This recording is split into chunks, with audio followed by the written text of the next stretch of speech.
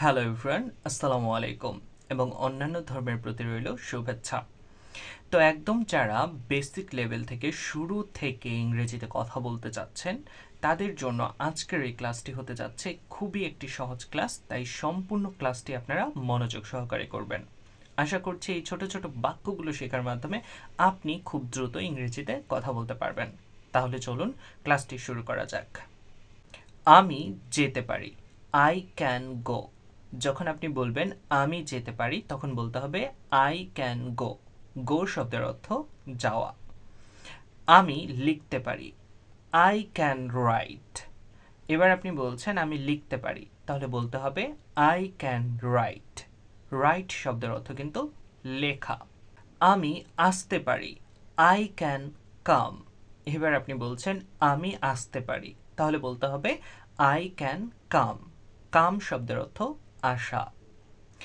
আমি পড়তে পারি, আই ক্যান রিড। এবার আপনি বলছেন যে আমি পড়তে পারি, তাহলে বলবো I can read. I can read. Read শব্দের অর্থ পড়া।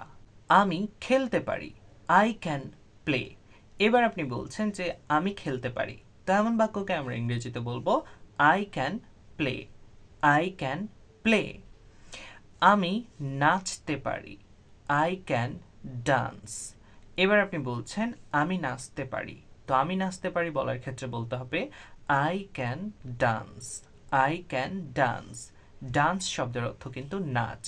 এবার আপনার কাছে আমার একটা প্রশ্ন, সেটা হচ্ছে আমি গাইতে পারি, এটার ইংলিশ কি হবে সেটা অবশ্যই আপনি কমেন্ট করে আমাকে জানান। আমি রান্না করতে পারি, আই ক্যান কুক। এবার আপনি রান্না করতে পারেন সেটাই একজনকে ইংরেজিতে বলছেন যে আমি রান্না করতে পারি, তেমন বাক্যকে ইংরেজিতে বলবো I can cook. I can cook. Cook শব্দের অর্থ কিন্তু রান্না করা। আমি ইংরেজিতে কথা বলতে পারি, আই ক্যান স্পিক ইংলিশ।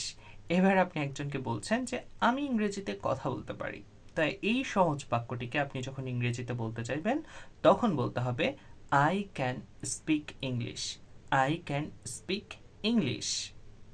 তো আশা করছি আজকের এই সহজ ছোট্ট ক্লাসটি আপনাদের অনেক ভালো লেগেছে। আমার এই ছোট্ট ক্লাসটি যদি ভালো লেগে থাকে তাহলে সবার সাথে শেয়ার করতে ভুলবেন না। আমার চ্যানেলটিতে প্রথম এসে থাকলে অবশ্যই সাবস্ক্রাইব করবেন এবং আমার ফেসবুক পেজ থেকে ক্লাসটি দেখলে অবশ্যই ফলো করবেন। দেখা হচ্ছে পরবর্তী কোনো ক্লাসে, ততক্ষণ পর্যন্ত সবাই ভালো থাকুন, সুস্থ থাকুন। আল্লাহ হাফেজ।